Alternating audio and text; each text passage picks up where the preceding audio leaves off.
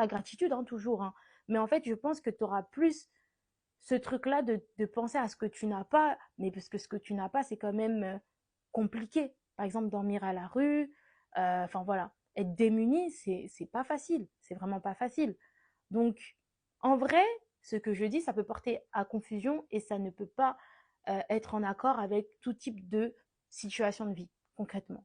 Mais pour moi, le bonheur n'est toujours pas matériel, le bonheur n'est pas forcément monétaire, le bonheur n'est pas l'argent. Et pour moi, le bonheur, c'est être dans la gratitude. Être dans la gratitude de ce qu'on a et toujours avoir ses émotions. Parce que, par exemple, les personnes qui sont riches, qui ont tout, à mon avis, quand ils essayent d'aller dans des faire des achats hyper onéreux, etc., faire toutes ces choses-là, faire des dons pas possibles, etc., c'est pour toujours ressentir des émotions. C'est-à-dire que peut-être eux, ils ne ressentent plus ces émotions. Vous voyez ce que je veux dire? C'est-à-dire qu'ils sont obligés de acheter toutes ces choses-là. Vous et moi, peut-être, nous, nos émotions, en gros, juste par exemple, on s'achète une voiture, on aura des émotions de ouf. Aller en vacances, on aura des émotions de ouf. Mais eux, ça va être leur quotidien. C'est-à-dire que ça doit être compliqué, je pense, de toujours garder les pieds sur terre. Carrément, pour moi, je pense que c'est difficile d'être heureux plus tu as de l'argent parce que ça devient une habitude. Et justement, je pense qu'il ne faut pas que tu t'habitues à ces choses-là. Il ne faut pas que tu fonctionnes dans ce truc de manque. Il faut que j'ai, il faut que j'ai, il faut que j'acquérisse ces choses-là. Non.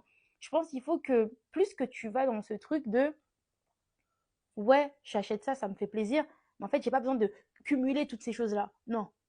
J'ai déjà, ça me fait plaisir, c'est bien.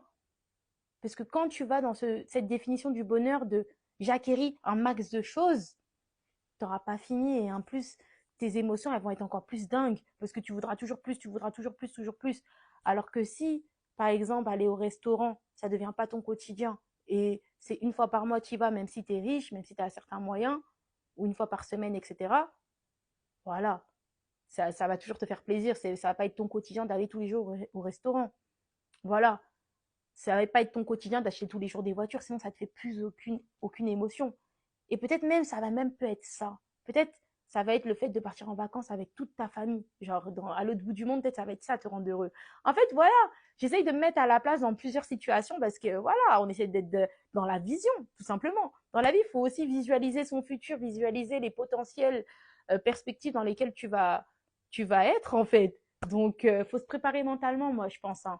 Quand t'es pas dans une famille riche, quand t'es pas riche de naissance, je pense qu'il faut quand même se préparer à tout ça. Il faut se préparer à tout ça. Il faut, ouais, garder les pieds sur terre. C'est tout ce que j'ai à vous dire pour aujourd'hui. En tout cas, je vais vous laisser la team. Bisous, bye.